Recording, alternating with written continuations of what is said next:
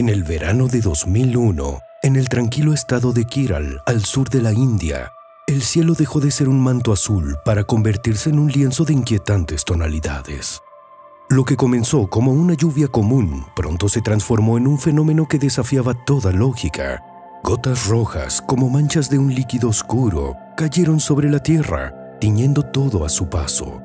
No era sangre, pero su aspecto era lo suficientemente perturbador como para sembrar el desconcierto y el terror entre quienes lo presenciaron. Este evento, conocido como la lluvia roja de Keral, no fue un hecho aislado. Ocurrió repentinamente durante 2 meses, dejando a su paso más preguntas que respuestas.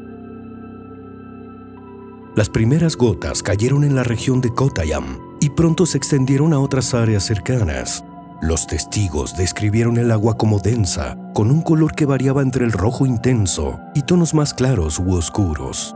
Las prendas de vestir, las hojas de los árboles y el suelo quedaron marcados con un tinte que parecía desafiar toda explicación natural.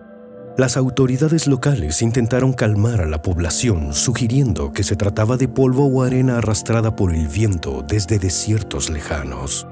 Pero esta explicación pronto se desmoronó.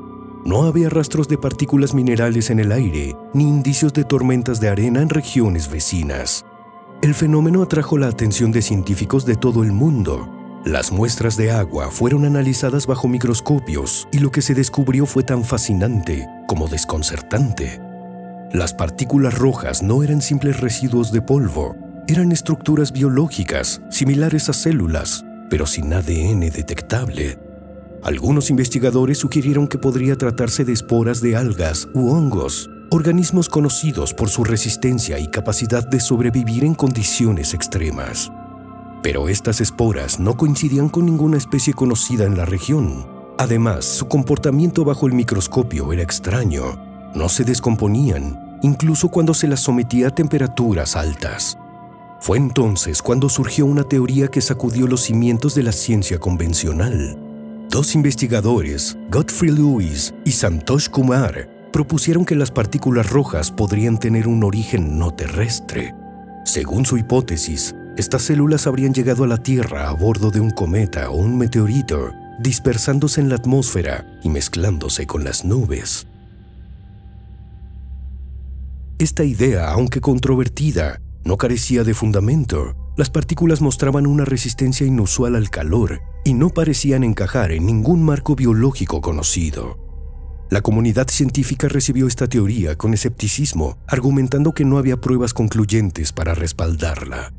Mientras los debates científicos se intensificaban, la población local vivía en un estado de inquietud constante. Las lluvias rojas no eran solo un fenómeno meteorológico, se convirtieron en un símbolo de lo desconocido, de algo que escapaba a la comprensión. Las historias comenzaron a circular, alimentadas por el miedo y la imaginación. A medida que avanzaban las investigaciones, surgieron nuevas pistas. Algunos científicos descubrieron que las partículas rojas tenían una estructura similar a las esporas de algas del género Trentepolia, y estas crecen en la región.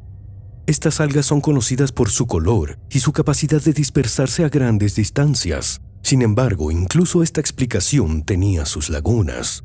Las esporas de Trentepolia no explicaban por qué las partículas no mostraban ADN detectable, ni por qué su comportamiento era tan diferente al de cualquier organismo conocido. El tiempo pasó y las lluvias rojas cesaron tan abruptamente como habían comenzado. Las muestras de aquella lluvia siguen siendo estudiadas y cada nuevo análisis parece añadir más capas al enigma. Las gotas rojas que cayeron del cielo no eran solo agua teñida, eran un mensaje, una incógnita que nos obliga a mirar hacia arriba y preguntarnos qué más podría estar allí, esperando ser descubierto. Así, la lluvia roja de Keral se convierte en un símbolo de lo desconocido, un fenómeno que nos recuerda que por mucho que avancemos, siempre habrá misterios que nos desafíen. Misterios que tal vez nunca lleguemos a resolver por completo. Suscríbete.